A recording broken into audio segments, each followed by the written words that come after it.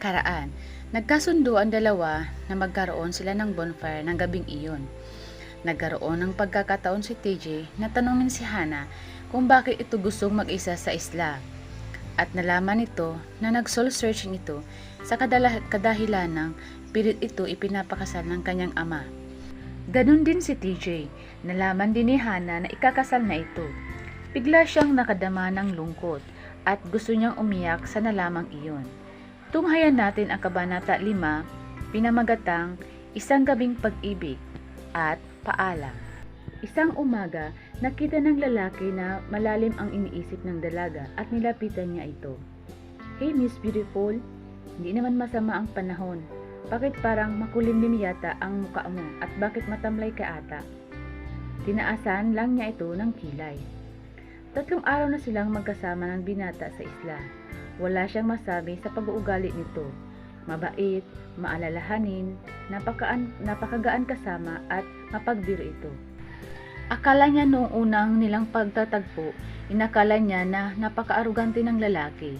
Maling-mali pala siya. TJ was lovable in every way that mattered.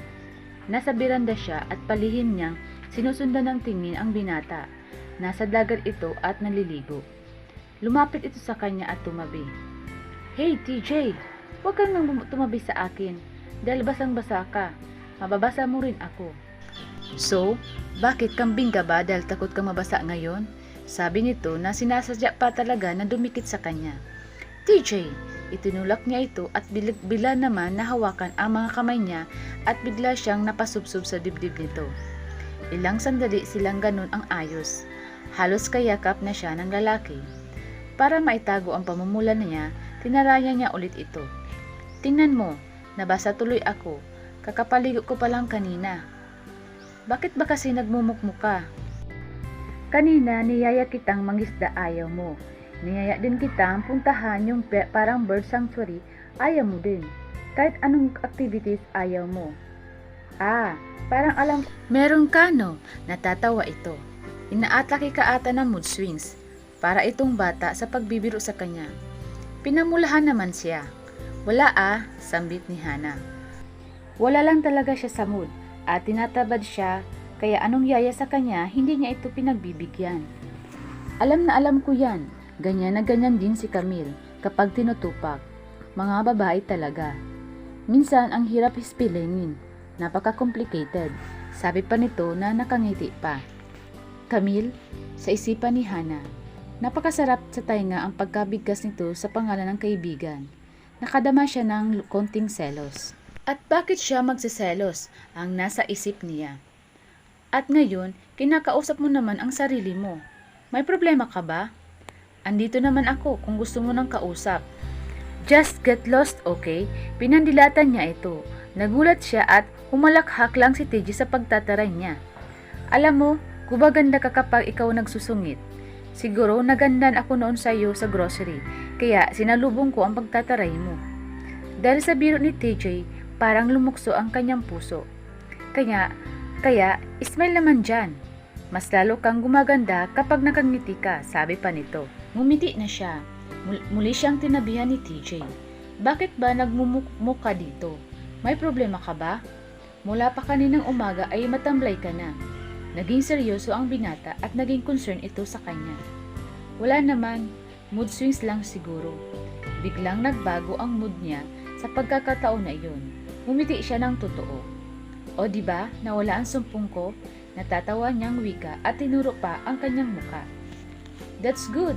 Tumayo na si TJ at sa pagkabigla niya, agad siya nitong binuhat at patakbong dinala sa dalampasigan. "Itatapon kita sa dagat." "Hey TJ!" At bigla siyang napahawak sa batok nito. TJ smiled playfully. Kumikislap ang mga mata nito sa kapilyuhan. Tila hindi man lang alintana ang kanyang bigat. "Wag TJ! Tapos na akong maligo." Tili ni Hana at nagkakawag sa mga bisig nito. Tumawa lang ito ng malakas.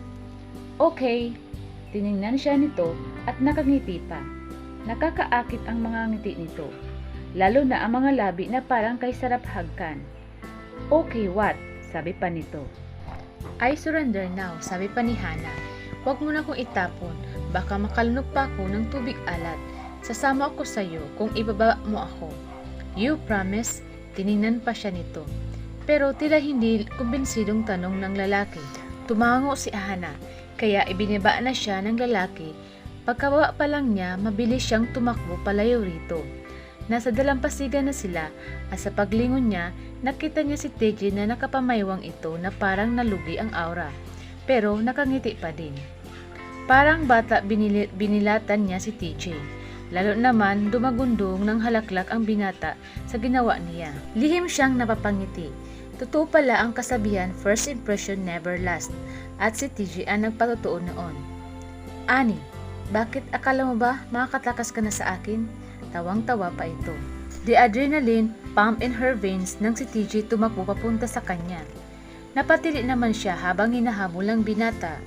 Hindi dahil sa inahabol siya nito, dahil yun sa kasiyahan at excitement ng nadarama niya. Takbo, Ani, takbo. Pag naabutan kita, lagot ka sa akin. Tumakbo naman siya ng mabilis sa kahabaan ng dalampasigan. Tinalunton niya iyon. Hanggang maramdaman niya ang paghawak nito sa braso. I've got you. Tuwang-tuwa ang lalaki. Napahinto na lamang si Hana at biglang napaghapit ng baywang niya palapit sa katawan nito. Hanggang maramdaman niya na lamang na nakapulupot ng braso sa baywang niya at hindi niya sinasadya nakatingin sila. Huminto ang tingin ng binata sa mga labi niya. Nabitin ang sasabihin nito. Kahit malakas ang hampas ng alon, tanging kabog ng kanyang dibdib ang kanyang naririnig. TJ, usal niya. Ang mga mata nito ay nakatutok sa kanya na nagbabadya ng kakaibang emosyon. Ang init na katawan nito ay naghahati ng kakaibang sensasyon sa kanyang katawan. Ani, napansin niya na bumaba taas ang Adam's apple nito. Hindi aware si TJ na lalo siyang hinahapit ang katawan niya palapit sa katawan nito. Palakas ng palakas ang kabog ng kanyang dibdib. Ani, dahan-dahang bumaba ang mga mata nito at ang muka nito sa muka niya. Palapit ng palapit. Gusto siyang hagka ng binata at wala siyang tutol doon. Gusto niyang alamin kung ano ang pakiramdam ng mahalikan nito. Gusto niya ma-feel ang mga labi nito. Matagal na niya iyon inaasam. She closed her eyes at hinintay ang paglapat ng mga labi nito sa labi niya. Amoy na niya ang mainit na hininga nito sa kanyang mukha. Ang mabangong hininga nito na lalong nagpapasabik sa kanya. Subalit dumaan ang segundo, wala siyang naramdaman na labi at bahagya niyang naramdaman na dumistansya ito. Shit! Nagmura ito. I'm sorry at bahagyang lumayo na ito. Napahiya naman si Hana dahil bahagyang nakaawang ang labi niya at nakapikit ang kanyang mga mata at naghihintay ng paghalik ng binata. Subalit walang halik ang dumapo sa labi niya. Nasaktan siya sa pagkapahiya. She opened her eyes. Nakita niyang tumalikod na ito at nakakuyom ang mga palad nito parang nagagalit sa sarili. Sa sobrang pagkapahiya niya, napaluwa siya pero bago yun bumagsak, patakbo siyang bumalik ng bahay. Halikan sana siya ng binata pero sa kung ano ang pumipigil sa binata kaya hindi natuloy. Nasaktan siya ng sobra. Ani, tawag sa kanya ni TJ at tumigil siya sa paghakbang. I'm sorry. Kinalma niya ang kanyang sarili. Pinigil niya ang pagsilok. It's no big deal. Hindi na siya lumingon at tuloy-tuloy na siyang bumalik ng bahay. 2 araw na lang at babalik na si TJ sa Australia. Hindi mapakali at parang nakadama siya ng sobrang lungkot na naiisip niya na magkakahiwalay na sila ng binata. Nagkaharap sila ngayon sa isang mesa. Isang umaga habang nag-aalmusal. Hindi pa ginagalaw ni Hana ang pagkain niya. Ani, tawag sa kanya TJ na nagpaangat sa kanyang ulo na nakayuko. Bakit? Napansin ni Hana na malalaki ang eyebags ng binata na parang hindi nakatulog magdamag, kagaya niya. Tila pareho sila apektado sa naudlot na paghalik. May problema ba? Hindi mo kasi ginagalaw ang pagkain mo. May masakit ba sa iyo? Ha? Napatingin naman siya sa pinggan niya na hindi man lang pala talaga nabawasan. May iniisip lang ako. I'm fine. Wala naman siyang sakit pero wala siyang ganang kumain. Gusto mo ba ibang ulam? Ipagluluto kita. Hindi na, okay na ito. Don't bother yourself, ani nito. Okay, sige, kumain ka na. Pinilit naman ni Hana na kumain, kahit parang hindi niya nalalasahan ang kinakain.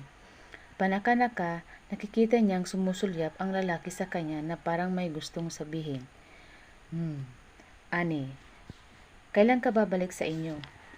Siguro pagkatapos na rin ng isang linggo. Wala siyang kasiguraduhan sa sinasagot dahil sa totoo, wala pa naman siyang balak bumalik ng syudad. Why you are asking? Because I think mapapaaga ang alis ko. Baka bukas, babalik na ako ng Maynila para asikasuhin ko ang flight ko pabalik ng Australia. Natigilan si Hana, biglang kinabahan. Parang nanginig ang kamay nito at itinago naman agad sa ilalim ng mesa. Bakit? I mean, akala ko isang linggo ka rito. Dalawang araw pa bago matapos ang isang linggo. Umuntong hininga ito ng malalim. Kailangan ko nang umuwi. Sa palagay ko, iyon ang makakabuti. Makakabuti? Saan? Para kanino? Naguguluhan si Hana. Tinitigan siya ng mabuti ng lalaki. May nais itong sabihin pero hindi masabi-sabi. Hindi mo din maintindihan, ani nito. Ang alin ang hindi ko maintindihan? Gustong itanong ni Hana pero hindi bumuka ang bibig niya. So, he's leaving me, sa isip niya. Ani, kung pwede bumalik ka na rin o kung ayaw mo pa, magpasama ka rito ng kaibigan mo. Hindi ko kayang isipin na iiwan kita rito na mag-isa.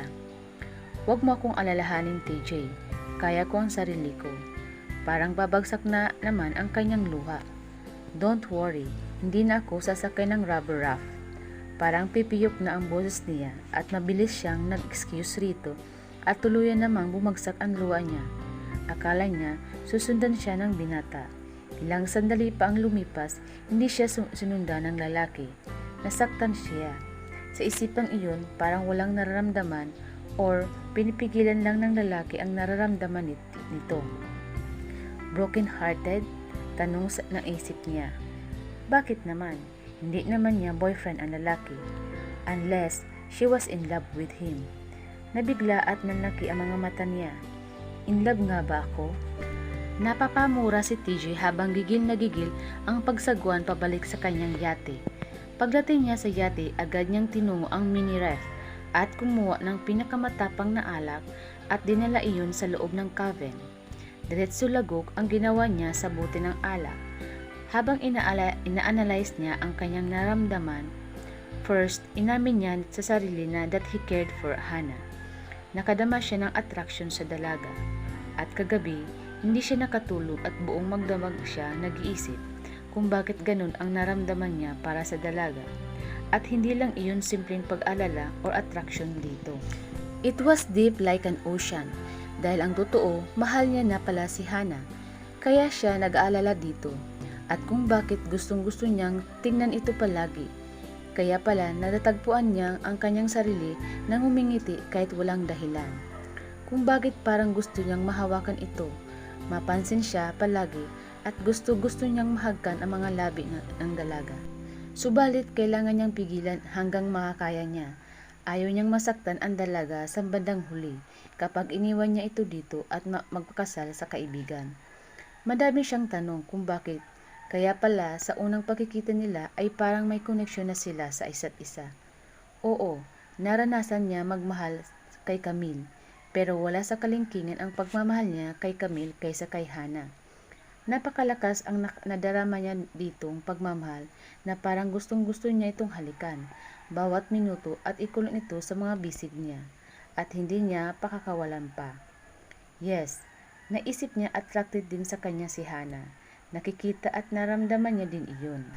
Naramdaman niya iyon sa tuwing nakita niya ng palihim siya nitong tinitingnan at akala nito hindi niya iyon napapansin at kapag nahuli niyang nakatingin ito sa kanya kapag hindi siya makatiis na hindi ito lingunin at dahilan iyon ng pamulahan ng muka ang dalaga. Pareho silang nang nararamdaman. Maraming beses na gusto niya itong hagkan pero ang pagnanais na iyon ay hindi niya ginagawa. Kasi alam niya kapag ginawa niya iyon, hindi lang sa paghalik mapupunta iyon. Kahapon, grabing pagtitimping ginawa niya para hindi iyon mahalikan. Kahit gustong-gusto niya, hindi niya pa din ginawa. Kasi kapag hinalikan niya si Hana, alam niya hindi lang doon matatapos yun. His feelings were so intense that it would always lead him to something beyond kissing. Kaya hanggat kaya niyang magtimpi at umiwas, gagawin niya. Kasi God knows kung patuloy ang naramdaman niya, wala na siyang magagawa kundi baguhin ang takbo ng kapalaran nila. Mula umaga at tanghali, naghintay si Hana sa pagbalik ni TJ. Alam niyang nasa yate lang ito. Hindi siya nakakain dahil sa kakaisip. Hindi niya alam kung iniiwasan siya nito, pero bakit nito iyon gagawin? Palakad-lakad siya sa beranda, nag-iisip, tinatanaw niya ang yate na kung saan andun ang lalaki. Umupo siya, niyakap ang sarili. TJ, TJ, mahinang usal niya. Itinaas ang mga paa at niyakap ang mga binti. Sabay bulong, I love you, TJ. Sabay sa pag-asang dadalhin iyon ng hangin papunta sa lalaki. Yes, she was in love with him. Kaya pala, iyon ang rason kung bakit nagkakaganon siya. Paano niya ba yun malalaman kung wala pa siyang karanasan magmahal ng lubos? Napakaikli ng panahon, pero nakuha niyang mahalin ang lalaki, ang lahat-lahat dito. Pero pareho silang ikakasal sa iba, dahil doon, mas lalo siyang nasasaktan. At baka iyon ang dahilan kung bakit hindi siya hinagka ng binata at pinilit nitong iwasan na lang siya. Nagagalit siya, hindi niya malaman kung kanino. Nagagalit siya dahil parang pinaglalaruan sila ng tadhana. Naalimpungatan siya nang may biglang may bumuhat sa kanya. Nakatulog na pala siya sa rocking chair. Alam niyang si TJ yun dahil sa familiar na amoy nito. So, he came at last. Ang nasa isip niya at narealize niya na namiss niya ito ng sobra kahit alam niyang nasa yati lamang ito. TJ, umungol siya at isiniksik ang ulo sa dibdib nito. Shh! Go to sleep, baby. Mahinang alon nito sa kanya na habang naglalakad-lakad at buhat siya patungo sa kanyang silid. Namalaya na lang niya na higa na siya nito sa kama. She pretended she was still sleeping. Kinumutan siya nito at naramdaman niya ang pagtitig nito sa kanya. Gusto niyang magmulat pero pinigil niya. Pero muntik na siyang mapasinghap nang haplusin nito ang kanyang pisngi at haggan siya sa noo at ang pagbuntong hininga nito. At naramdaman niya na lamang ang mahinang yabag papalayo sa kwarto niya. Nang ma-realize niya wala na ito doon, tumagilid siya at doon humagos ang kanyang mga luha hanggat hindi na siya makatulog. Hindi siya makatulog kaya naisipan niyang tawagan ang kaibigan. Halatang galing ito sa pagtulog. May problema ka ba, Hana? Wala namang problema. I'm sorry at tinawagan kita, Ani, sa ganitong oras. Naku, walang kaso yun. Tell me, what it is? Ani ni Ani. Si TJ ba? Are you in love with him? Paano mo nalaman? Namangha niyang tanong. Natawa si Ami. Oh dear, don't forget that I've been in that situation. Alam ko ang pakiramdam na magulo ng damdamin, na nagpapabilis ng tibok ng puso kapag kasama mo o nakikita mo siya. Napagdaanan ko na yan. Magtiwala ka sa akin na hindi makakatulog sa kakaisip magdamag. You know already na napagkasundo na ako, di ba? And hindi mo kayang ipaglaban ang nararamdaman mo? Si TJ ay ikakasal na din. What? Nabigla si Ami.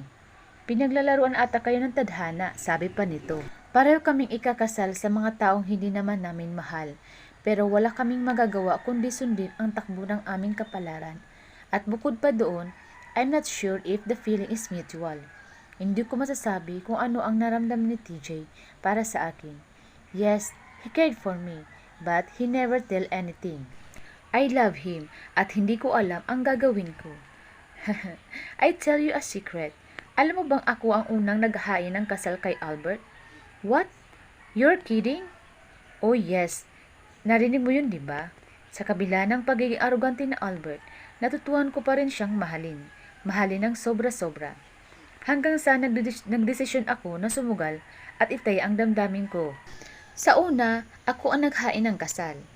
And he accepted it? Yes, pero marami pang nangyari bago kami ikasal. But in the end, Albert pa ang nagpa-propose sa akin. Ang gusto ko lang sabihin sa iyo, huwag kang matakot sundin kung ano ang naramdaman mo. Take the risk, because true love deserves a good fight. Sabi mo, walang sinasabi sa iyo si TJ. Well, si Albert din ganun din. Wala siyang nasinasabi. Pero ma-feel mo ang connection ninyong dalawa. Kung naramdaman mo yun kay TJ, well, it's love. Connection, yes. Naramdaman niya yun kay TJ. Hannah, everything happens for a reason. Hindi kayo pinagtagpo kung walang dahilan. Dapat ba siyang umasa na may dahilan kung bakit sila pinagtagpo? Pero si TJ na nga ang gumawa ng paraan. Aalis na ito. At kung malalaman niya lang ang damdamin nito sa kanya. Take the risk, Anna. Take the risk. Paulit-ulit niya narinig sa kanyang isip. Nasa kwarto siya at tinitingnan niya ang wall clock. 10:30 na ng gabi. Tumayo siya at tinungo ang pintuan. Subalit bago pa lang ito nabuksan, natigilan siya.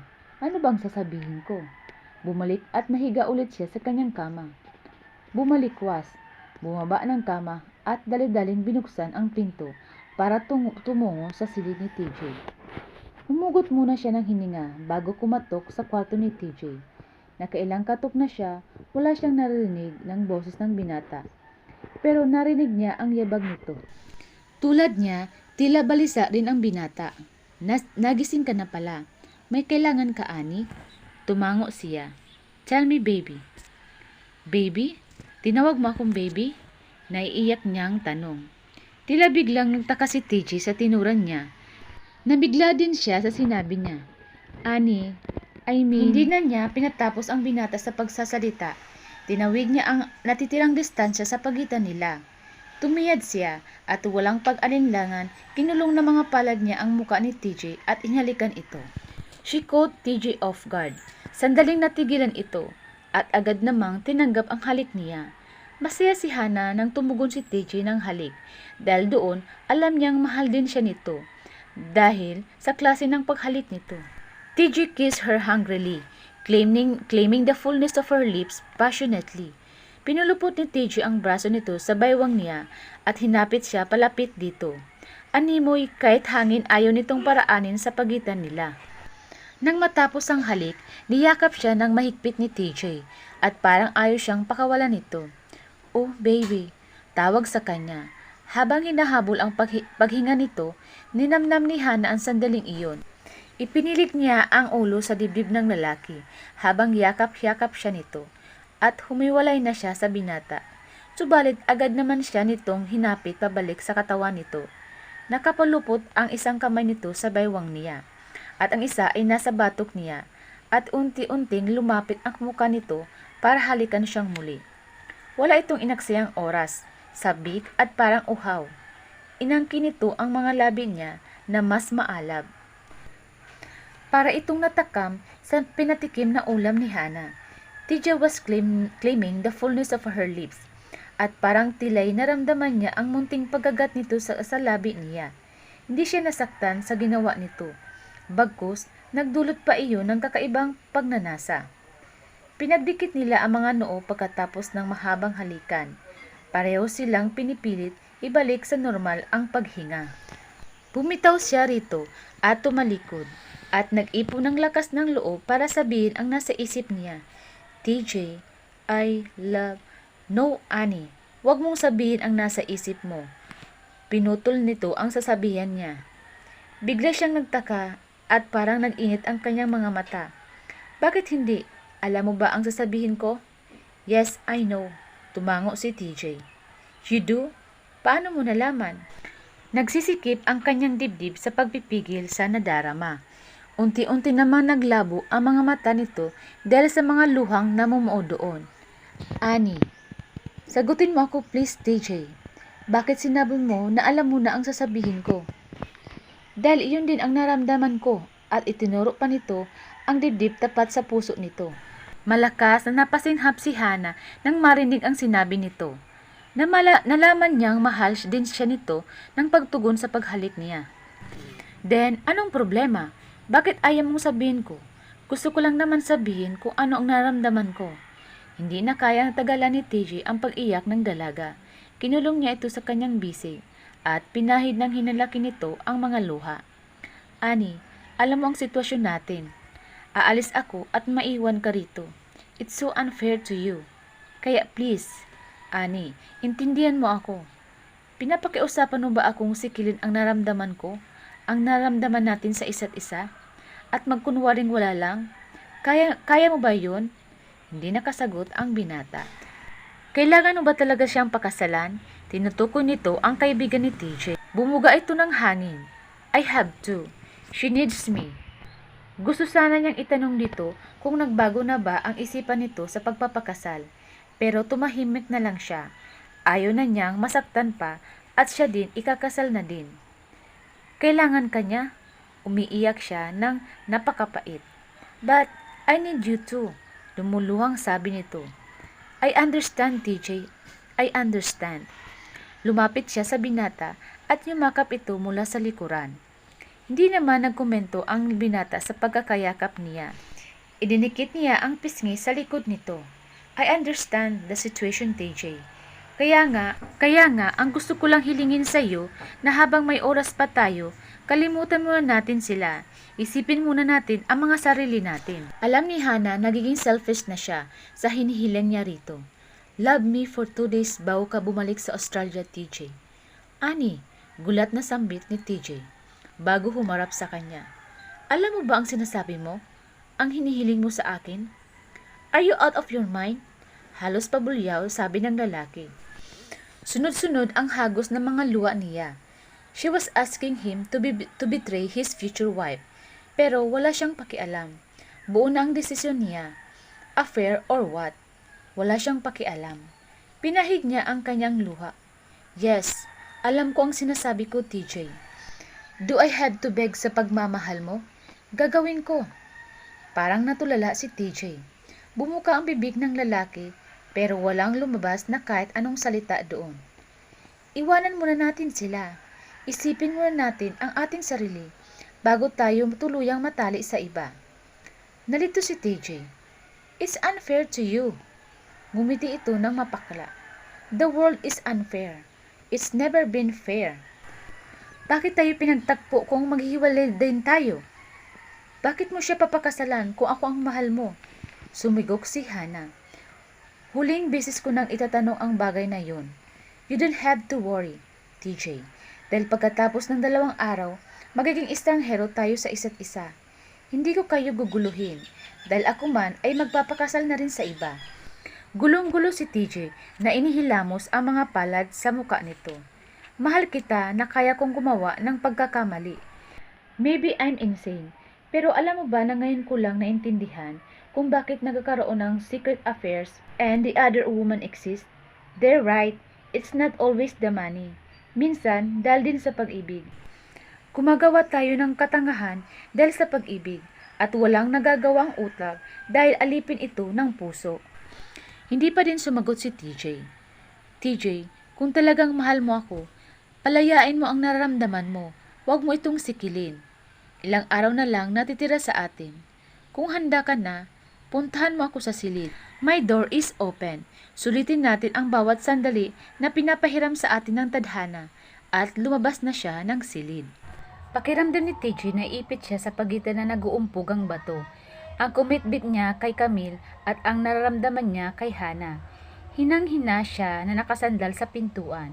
Kaya nga balak na niyang umalis para maiwasan na nga si Hana. Pero hinihiling sa kanya ng dalaga na magsama sila kahit 2 araw lang. At gusto nito na iparamdam ang pagmamahal niya. Gustong-gusto niya din iyon. Pero kapag ginawa niya yun, hindi lang siya ang masasaktan, pati ng dalaga. Ayaw na ayaw niya yun mangyari. Pero mapipigil ba niya ang umaapaw na pag-ibig sa dalaga?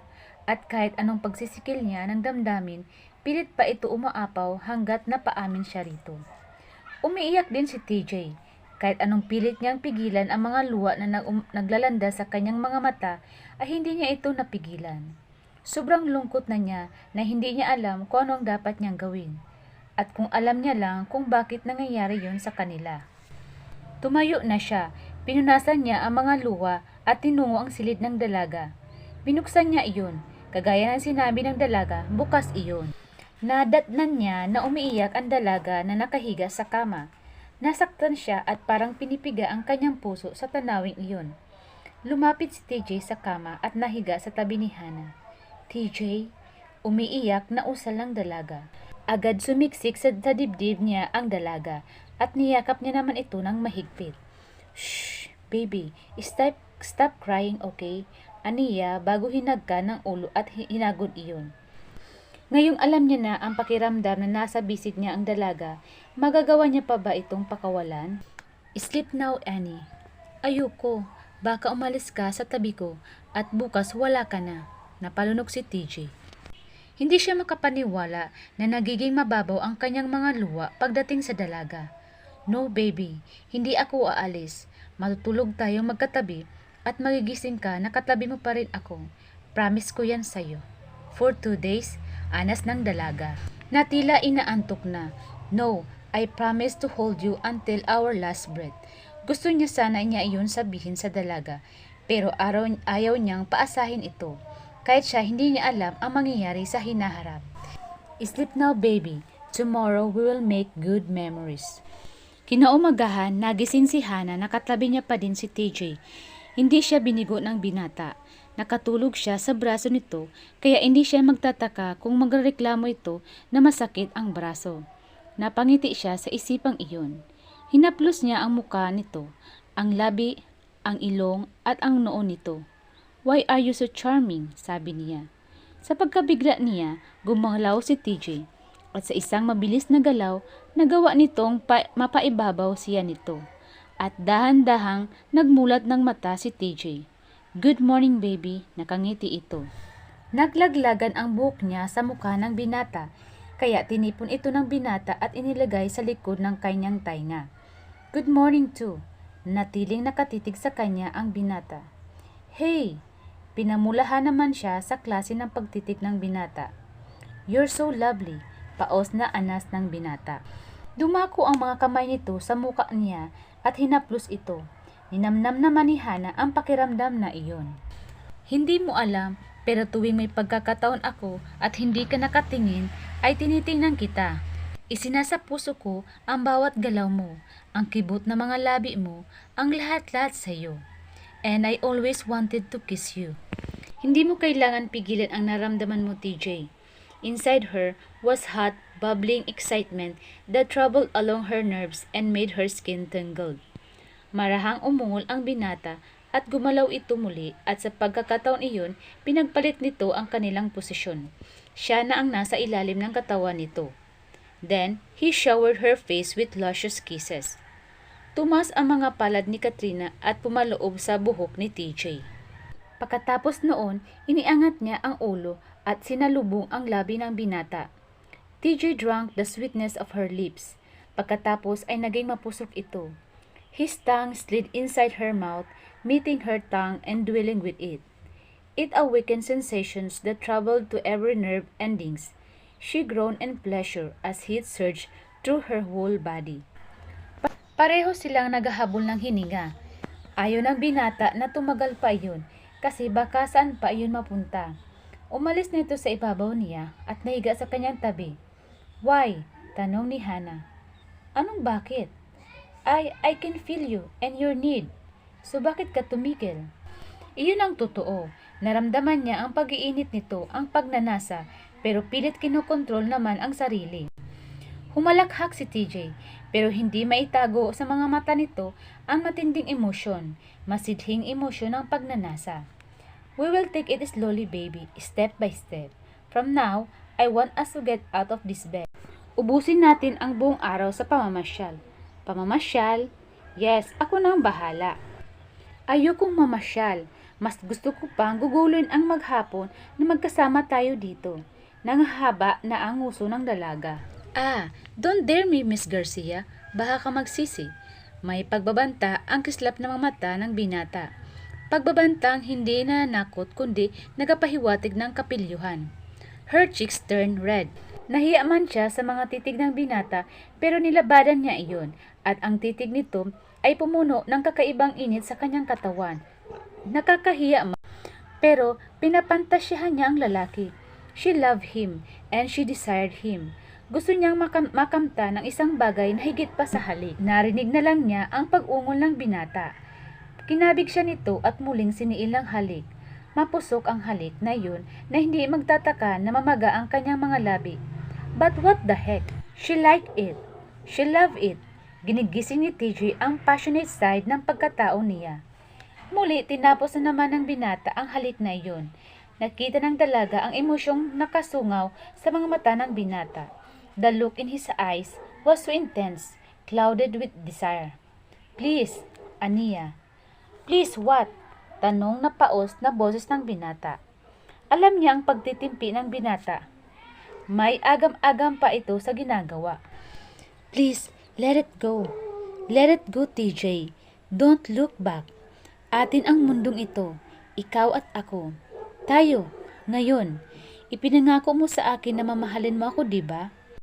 Dahil sa mga sinabi ng dalaga, kung may natitira pang agam-agam sa isip ng binata, nawala na ito. He claimed her lips once more, hanggang sa maramdaman niya ang mainit na palad nito sa loob ng kanyang blosa. Humahaplos pa ibabang bahagi ng katawan nito. Napaliyad siya sa sensasyon na naramdaman niya sa ginagawa ng lalaki. They danced to the rhythm as old as the sea, and they climbed heaven hand in hand. Magkasama nilang tinapos ang umaapaw na init ng kanilang katawan. Pagkatapos ng pagniniig, niyakap siya ng binata habang nakahiga sa bisig nito. Parehong naghahabol ng kanilang paghinga hanggang nakatulog na sila.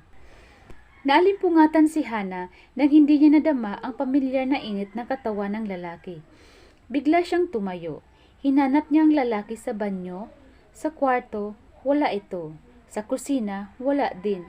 Naiyak na siya sa isipang iniwan na siya ng lalaki. TJ! Sumigaw siya. Hanggang sa lumabas, nakita niya maliwanag ang buwan. Hinanap niyang mga mata niya ang lalaki. Hanggang mapadako ang mata niya sa isang pamilyar na bulto ng lalaki na nakasalampak na nakaupo sa dalampasigan. Halos natawa siya sa sobrang tuwa na hindi siya iniwan ng binata. Bago siya lumabas, kumuha muna siya ng comforter sa kanyang silid bago pumunta ng dalampasigan. Nasa malalim na pag-iisip-isip ang binata na kahit siya hindi namalayan ang kanyang presensya. Binukan niya ang comforter at ibinalot sa lalaki. Ani, baby, bakit ka lumabas? Malamig dito. Umupo din siya sa tabi nito. Kinabig naman siya ng lalaki at ipinaloob doon sa comforter. Mas malamig sa silid dahil wala ka, sabi nito bago ipinilig ang ulo sa balikat ng binata. Hindi mo ako dapat iniwan dahil napahikbi siya dahil ilang oras na lang tayo magkakasama. That was the truth. Tapos na ang dalawang maliligayang araw nila. Bukas ay maghihiwalay na sila ng landas at ang lahat ng pinagsaluhan nila sa islang iyon ay mananatili na lamang nakatago sa kanilang mga puso. Tumayo si TJ. Akala niya yayain siya nito bumalik sa silid. Pero pumunta ito sa likuran niya at inayos ang comforter at niyakap siya nito ng mahigpit. Sumandal naman siya sa dibdib nito. Remember the first time we met? Yung sa grocery? Pilit na pinasisigla ang tinig. Paano ko ba yun malilimutan? Ilang minuto ata akong nakatulala sa iyo. Hindi na ako magugulat. Halos lahat ng mga babae, ganun din sila. Isa ka lamang sa mga babaeng hindi maitago ang paghanga sa akin, sabi ni TJ. But I must admit, naganda din naman ako sa iyo. Yabang nito, bulalas ni Hana. Bago niya, tinapik ito sa braso. Tumawa ang binata, pero kahit nakatawa ito, makikita mo pa din ang lungkot sa mga mata nito. Dumaan ang sandaling katahimikan. Kahit anong gawin na pagpasigla nila sa isa't isa, namamayani pa din ang katahimikan. Kung hindi tayo magkatuluyan sa panahong ito, then hintayin kita sa ibang panahon. Basag ang tinig na wika ng binata. Hanggang naramdaman na lang ni Hana ang paggalaw ng dibdib nito na parang umiiyak. TJ, tumingala siya at ganoon na lamang ang pagkabigla niya nang makita niya ang luwaang muka nito. Kagatlabi si TJ para hindi makalika ng tunog sa pag-iyak. Hana Garcia, sa tamang panahon ay ibibigay ko sa iyo ang pangalan ko. Sa ngayon, ingatan mo muna sa puso mo ang pagmamahalan natin sa isa't isa. I love you, Hana Garcia, my baby. Tuluyan na siyang napahagulgol dahil doon, iyon ang pinakaunang pagkakataon na sinabi sa kanya ni TJ ang mga salitang iyon na mahal din siya nito. Akala niya maghihiwalay sila na hindi niya maririnig mula rito. Mahal din kita TJ, mahal na mahal, at humagulgol na din siya ng iyak. Habang buhay ko alagaan ang pagmamahal mo dito sa puso ko. Tumayo ang binata. Hi gorgeous, would you care to dance with me? Tiningnan niya ito at pinunasan niya ang mga luha sa kanyang mga muka. Natawa si Hana kahit may mga luha pa ito. Linya ko ata yan ha, nakaingos na sabi niya. Akala niya nasasayaw sila pero parang yakap na yakap lang siya ng binata. At marahang gumalaw ito na parang napakalungkot ang tugtog ng musika. Please take good care of yourself. Promise me, okay? Paano kapag na-miss kita? Pahagul-hugol na sabi niya sa dibdib ng binata. Bumuga ito ng hangin. Balikan mo ang masayang alaala nating dalawa. At palagi mong isaisip na kahit magkalayo tayo, palagi kang nasa isip ko at pag-aari natin ang puso ng bawat isa. Someday, Annie, someday, we will meet again. Oh baby, I love you so much. Hindi na kita makikita pa? Baka pwede tayo magkita kahit isang beses isang buwan. Annie, please, be brave. But, I love you, TJ. Dadalhin mo ang puso ko. At maiiwan din sa iyo ang puso ko, sabi ni TJ. Please, Annie, kayanin mo para sa akin. Kahit anong iyak niya, hindi na mababago ang nakatagdang mangyari sa kanilang dalawa. Si TJ papakasalan ang kaibigan nito, samantalang siya magpapakasal din sa iba. Oras na ng pag-alis ni TJ at nakiusap ito na huwag niyang panoorin ang pag-alis ng yate. Kaya naman naglock siya sa kanyang silid. Umiiyak siya doon sa loob ng silid. Pakiramdam niya ay may namatay na bahagi ng kanyang pagkatao at dinala pa ng binata ang puso niya. TJ, napapikit siya. Sa isipang paalis na ang binata, parang hindi niya kaya.